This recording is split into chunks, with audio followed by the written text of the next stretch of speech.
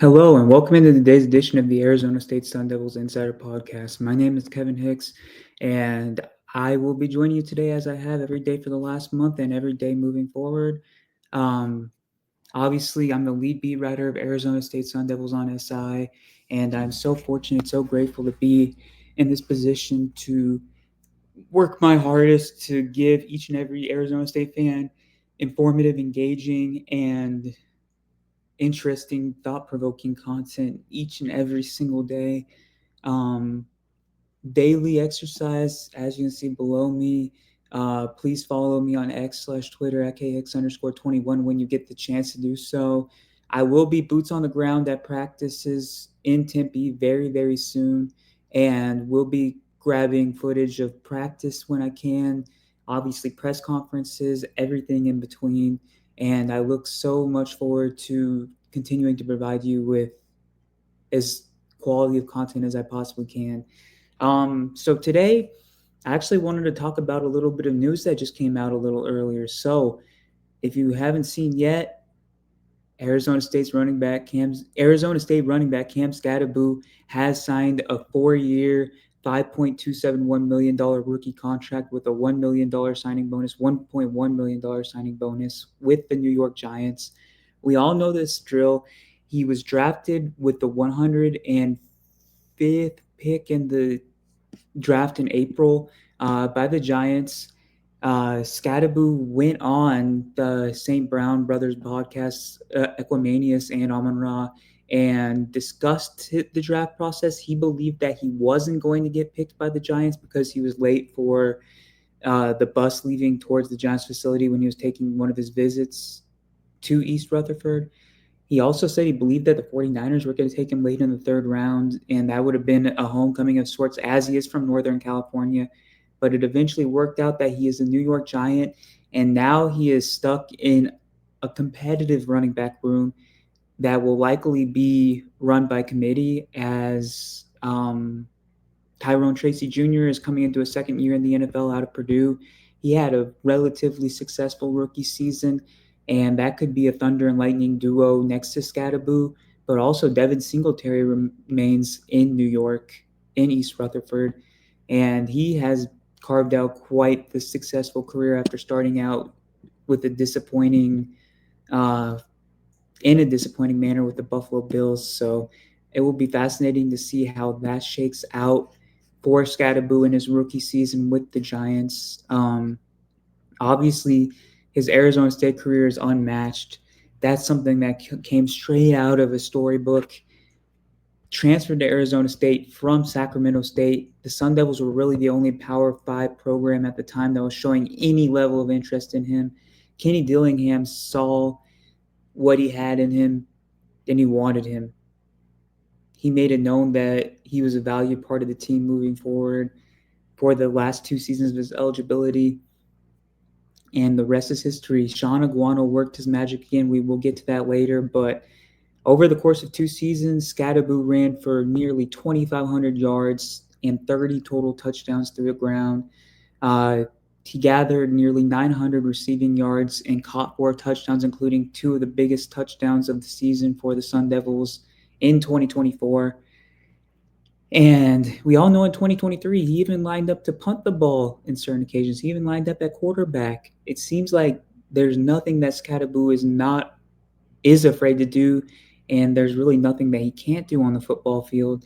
So probably was a wise investment for the Giants. But I kind of wanted to talk about how his impact at Arizona State and his potential NFL career could positively shift the dynamic for Arizona State football moving forward.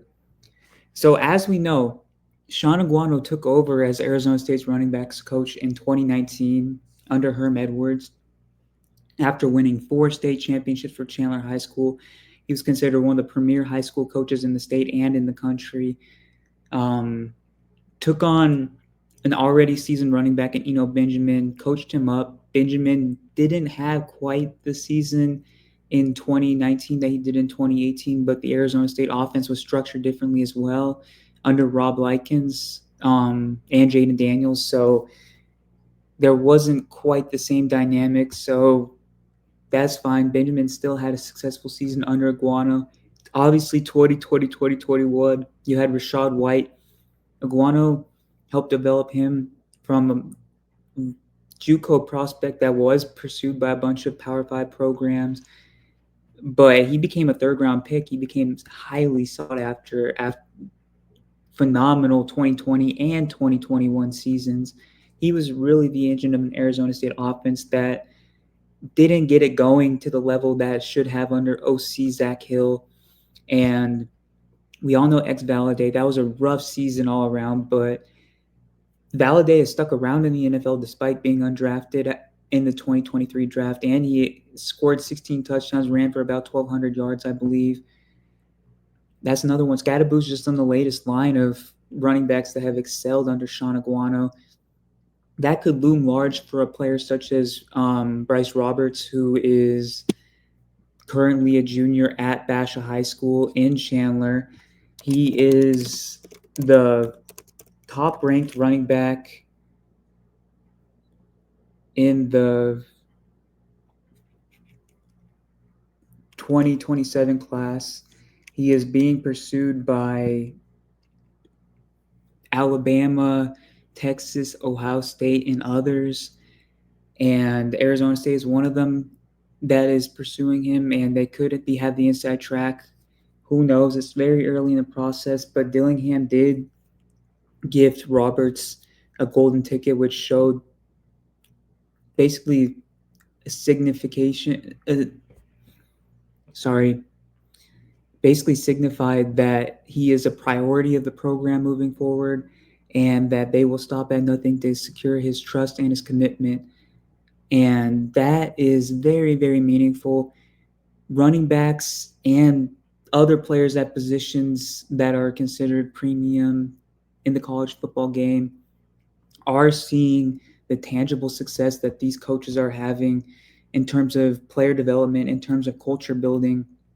As we've discussed several times before, defensive lineman Zach Swanson absolutely sang praises of the coaching staff over the last 2 seasons. Every single position coach, not just his position coach, every single coach made an effort to show that he was a priority to the program, that they cared about him as a person, that they wanted to keep football fun while still working hard.